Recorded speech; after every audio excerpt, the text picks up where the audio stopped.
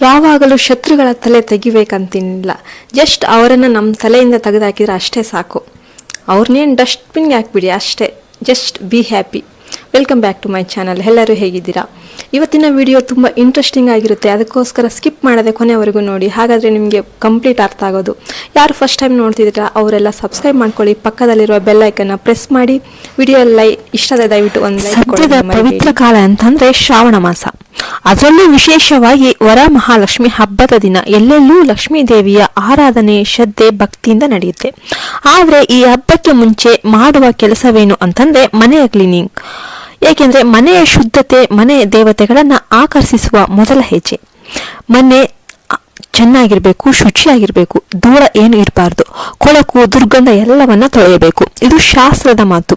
ಆದ್ರೆ ಈ ಕ್ಲೀನಿಂಗ್ ಸಮಯದಲ್ಲಿ ಹಲವರು ದೊಡ್ಡ ದೋಷ ಮಾಡ್ತಾರೆ. ಈ ದೋಷ ಯಾವುದು ಅಂತ ನಿಮ್ಗೆಲ್ಲರಿಗೂ ಇಂದು ನಾನು ಹೇಳ್ತಾ ಇದ್ದೀನಿ ನೋಡಿ. ಈ ವಿಡಿಯೋ ಸ್ಕಿಪ್ ಮಾಡಬೇಡಿ. ಲಕ್ಷ್ಮೀ ದೇವಿಯ ಬಾಗಿಲು ಏನಾದ್ರೂ ನೀವು ಆತರ ಮಾಡಿದ್ರೆ ಲಕ್ಷ್ಮೀ ದೇವಿ ಬಾಗಿಲು ಹಾಕೊಂಡು ಹೋಗ್ಬಿಡ್ತಾರೆ, ಮನೇಲಿ ಬರಲ್ಲ.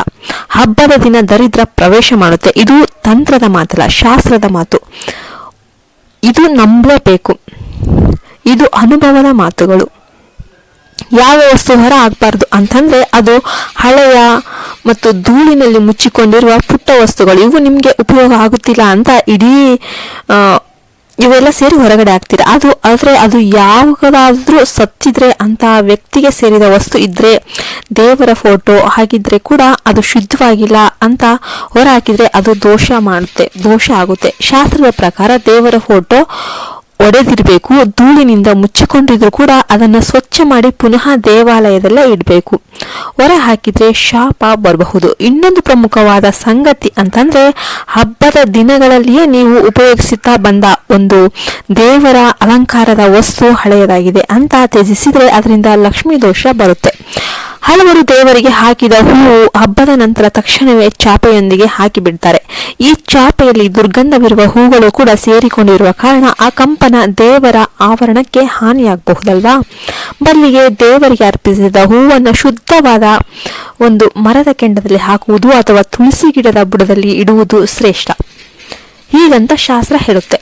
ಹಾಗೆಯೇ ಕೆಲವರು ಮನೆ ಕ್ಲೀನಿಂಗ್ ವೇಳೆ ಹಳೆಯ ಅಥವಾ ಚಿನ್ನದ ಅಥವಾ ಬೆಳ್ಳಿಯ ವಸ್ತುಗಳನ್ನ ಏನು ಗೊತ್ತಿಲ್ಲದೆ ಇಟ್ಬಿಡ್ತಾರೆ. ಈ ವಸ್ತುಗಳು ಧಾತು ಶಕ್ತಿಯನ್ನು ಹೊಂದಿರುವ ಕಾರಣ ಬದಲಾಗಿ ಆಧ್ಯಾತ್ಮಿಕ ಶಕ್ತಿಯನ್ನ ನಾಶ ಮಾಡುವುದು. ಇವೆಲ್ಲ ನಷ್ಟ ಆಗ್ತವೆ. ಮತ್ತೊಂದು ವಿಷಯ ಅಂತಂದ್ರೆ ಕೆಲವು ಹಳೆಯ ವಸ್ತುಗಳು ನಮ್ಮ ಪೂರ್ವಜರ ಇಚ್ಛಾಶಕ್ತಿಯ ಪ್ರತೀಕ ಆಗಿರ್ಬೋದು. ಅಂತ ವಸ್ತುಗಳನ್ನ ತ್ಯಜಿಸಿದ್ರೆ ನಮ್ಮ ಪೂರ್ವಜರ ಆಶೀರ್ವಾದ ನಮ್ಗೆ ಸಿಗೋದಿಲ್ಲ. ಈ ಕಾರಣಕ್ಕಾಗಿ ಕೆಲವು ಮನೆಗಳಲ್ಲಿ ಪಿತೃಶಾಪ ಉಂಟಾಗುತ್ತೆ. ಹೀಗೆ ಎಷ್ಟೋ ದೃಷ್ಟಾಂತಗಳನ್ನು ನಾವು ನೋಡ್ತೀವಿ. ಹಬ್ಬಕ್ಕೆ ಮೊದಲು ಮಾಡುವ ಕ್ಲೀನಿಂಗ್ ಅತ್ಯಂತ ಜವಾಬ್ದಾರಿಯುತ ಆಗಿರ್ಬೇಕು, ಎಚ್ಚರಿಕೆಯಿಂದ ಮಾಡಬೇಕಾಗುತ್ತೆ. ಮನೆ ಕಸದ ಜೊತೆಗೆ ನಮ್ಮ ಇತಿಹಾಸ ದೇವರ ಕಂಪನ ತಿಳಿಸಬಾರದು. ಒಮ್ಮೆ ಬೂದು ಚಿಕ್ಕಿ ತೊಳೆದ್ರು ಕೂಡ ಅದು ಪೂಜೆಗೆ ಉಪಯುಕ್ತವಾದ ಗಂಧದ ಅಂಶ ಹೊಂದಿದ್ರೆ ಅದರ ಸ್ಥಾನ ದೇವಾಲಯದ ಪಕ್ಕದಲ್ಲಿ ಇರಬೇಕು, ತ್ಯಜಿಸಬಾರದು. ನಾವಿಂದು ಹೇಳೋದು ಹಳೆಯ ಒಂದು ವಿಭೂತಿ ಅಂತವೇನಾದ್ರೂ ನೀವು ಬಿಸಾಕಿದ್ರೆ ಅದನ್ನೆಲ್ಲ ಬಿಸಾಕಬಾರ್ದು. ಫೋಟೋ ಈ ತರ ಎಲ್ಲ ಬಿಸಾಕಬಾರ್ದು. ಹಬ್ಬದ ಪೂಜೆಯಲ್ಲಿ ಉಪಯೋಗಿಸಿ ಮರೆತ ವಸ್ತುಗಳು ಹಾಗೂ ದೇವರಿಗೆ ಅರ್ಪಿಸಿದ ಹಳೆಯವು ನಾರು ಹಾರ ಇವು ಸಕಾಲದಲ್ಲಿ ಶುದ್ಧ ರೀತಿಯಲ್ಲಿ ತೆಗೆದು ಪುಣ್ಯವಾಗಿ ಶುದ್ಧೀಕರಣ ಮಾಡುವ ಅಗತ್ಯ ಇದೆ. ಹಾಗೆ ಮಾಡದೆ ಇವೆಲ್ಲವನ್ನ ಬೇರೆಯ ಒಂದು ಚಾಪೆ ತ್ಯಾಜ್ಯ ವಸ್ತುಗಳೊಂದಿಗೆ ಸೇರಿಸಿದ್ದೇ ಆದ್ರೆ ಅದರಲ್ಲಿರುವ ಧಾರ್ಮಿಕ ಕಂಪನ ಹಾಳಾಗಿ ಮನೆಗೆ ನಕಾರಾತ್ಮಕ ಶಕ್ತಿ ಪ್ರವೇಶ ಮಾಡುತ್ತೆ ಮತ್ತು ಇಂಥ ಕೆಟ್ಟ ಶಕ್ತಿಗಳಿಂದ ಮನೆಗೆ ದರಿದ್ರ ಪ್ರವೇಶ ಆಗುತ್ತೆ. ಲಕ್ಷ್ಮೀ ದೇವಿಯ ಆಹ್ವಾನ ಆಗೋದಿಲ್ಲ, ಬದಲಾಗಿ ದರಿದ್ರ ಲಕ್ಷ್ಮಿ ಆಹ್ವಾನ ಬರುತ್ತೆ. ಮಕ್ಕಳ ಆರೋಗ್ಯ ಕುಂದುತ್ತೆ. ಗಂಡ ಹೆಂಡತಿಯ ನಡುವೆ ದ್ವೇಷ ಜಾಸ್ತಿ ಆಗುತ್ತೆ. ನಮಗೆ ತಿಳಿಯದಂತೆ ಮನೆಯ ಶಕ್ತಿ ಕೇಂದ್ರ ಅನ್ನೋದು ದುರ್ಬಲ ಆಗ್ತಾ ಹೋಗುತ್ತೆ. ಇದೇ ಕಾರಣಕ್ಕೆ ಬಹಳಷ್ಟು ಜನ ಮನೆಗಳಲ್ಲಿ ವಿದ್ವಾಂಸರನ್ನ ಕರೆಸಿ ಹಬ್ಬದ ದಿನ ಶುದ್ಧೀಕರಣ ವಿಧಿಗಳನ್ನ ಮಾಡುವ ಪದ್ಧತಿ ಇಟ್ಕೊಂಡಿರ್ತಾರೆ. ದೇವರ ಬಟ್ಟೆ, ತೊಳೆದ ಹೂವಿನ ಹಾರ, ದೇವರ ನಿಂತ ವಸ್ತು, ನಾವು ಕೆಳಗಾಕಿದ ಬಟ್ಟೆ, ದೀಪದ ಅಲಂಕಾರ ಇವೆಲ್ಲವೂ ಶುದ್ಧವಾಗಿರ್ಬೇಕು. ಸರಿಯಾದ ಶಾಸ್ತ್ರಪರವಾದ ಶುದ್ಧೀಕರಣ ವಿಧಾನದಿಂದ ಪ್ರತ್ಯೇಕವಾಗಿ ತಿಳಿಸಬೇಕು. ಎಲ್ಲವನ್ನೂ ಚಾಪೆಗೆ ಹಾಕೋದು ದೋಷ ಹುಟ್ಟಿಸುವ ನಡವಳಿಕೆ. ಇವತ್ತಿನ ದಿನಗಳಲ್ಲಿ ಈ ವಿಷಯಗಳು ತಪ್ಪಾಗಿ ಮಾಡ್ತಾ ಇದ್ದಾರೆ. ಏಕೆಂದ್ರೆ ಕಾಲ ಬದಲಾಗ್ತಾ ಇದೆ, ಆದರೆ ಶಾಸ್ತ್ರವನ್ನು ಬದಲಾಯಿಸಲು ಸಾಧ್ಯವಿಲ್ಲ.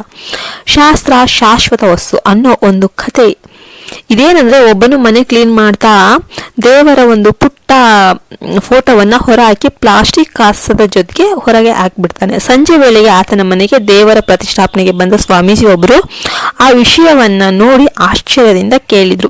ಯಾಕೆ ಅಂತ ಅವರು ಹೆಣ್ಣಿಗೆ ಶಾಪ ನೀಡಿದ್ರು. ಆಮೇಲೆ ಆ ಮನೆಗೆ ಒಂದು ವರ್ಷದೊಳಗೆ 3 ದುಃಖದ ಘಟನೆಗಳು ಸಂಭವಿಸಿದವು. ಈ ಘಟನೆ ನಮ್ಗೆಲ್ಲರಿಗೂ ಪಾಠ ಆಗ್ಬೇಕು. ದೇವರ ವಿಷಯದಲ್ಲಿ ಎಚ್ಚರಿಕೆ ಅಗತ್ಯ. ದೇವರ ವಸ್ತು ಅಷ್ಟೇ ಸಣ್ಣದು ಅನ್ನೋ ಒಂದು, ನಾವು ಆ ಥರ ಏನಾದರೂ ಸಣ್ಣದು ಬಿಡು ಏನಾಗಲ್ಲ ಅಂತಂದ್ರೆ ಅದೇ ಒಂದು ದೊಡ್ಡ ದೋಷ ಆಗ್ಬೋದು. ಈ ಹಬ್ಬದ ಸಮಯದಲ್ಲಿ ಮನೆಯ ಶುದ್ಧೀಕರಣ ಮಾಡುವಾಗ ಹಾಳಾದ ವಸ್ತುಗಳನ್ನು ನೋಡಿ ಸರಿಯಾಗಿ ನೋಡದೆ ತ್ಯಜಿಸೋದು, ಹಾಗೆ ಬಿಸಿ ಹಾಕೋದು, ಪೂಜೆಯ ವಸ್ತುಗಳನ್ನು ಬಿಸಿ ಹಾಕೋದು ಈ ಥರ ಮಾಡಬಾರ್ದು.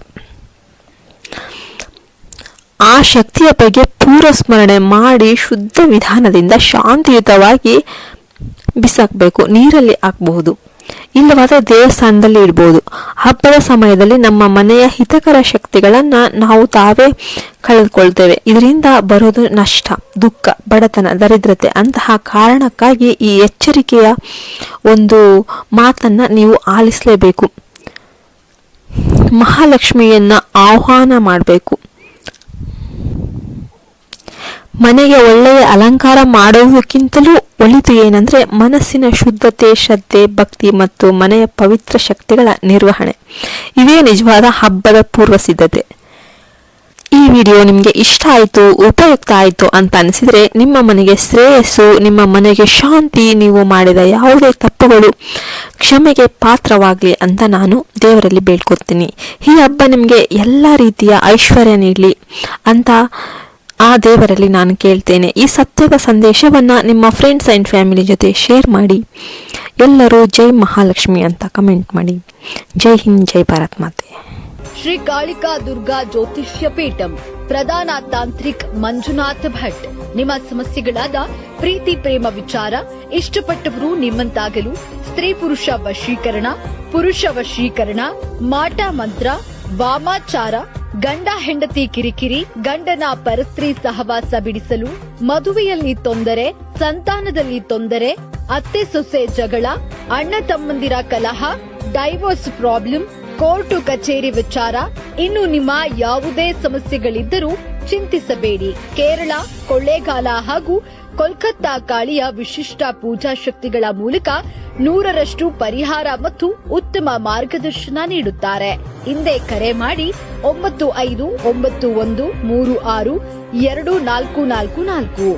9591362444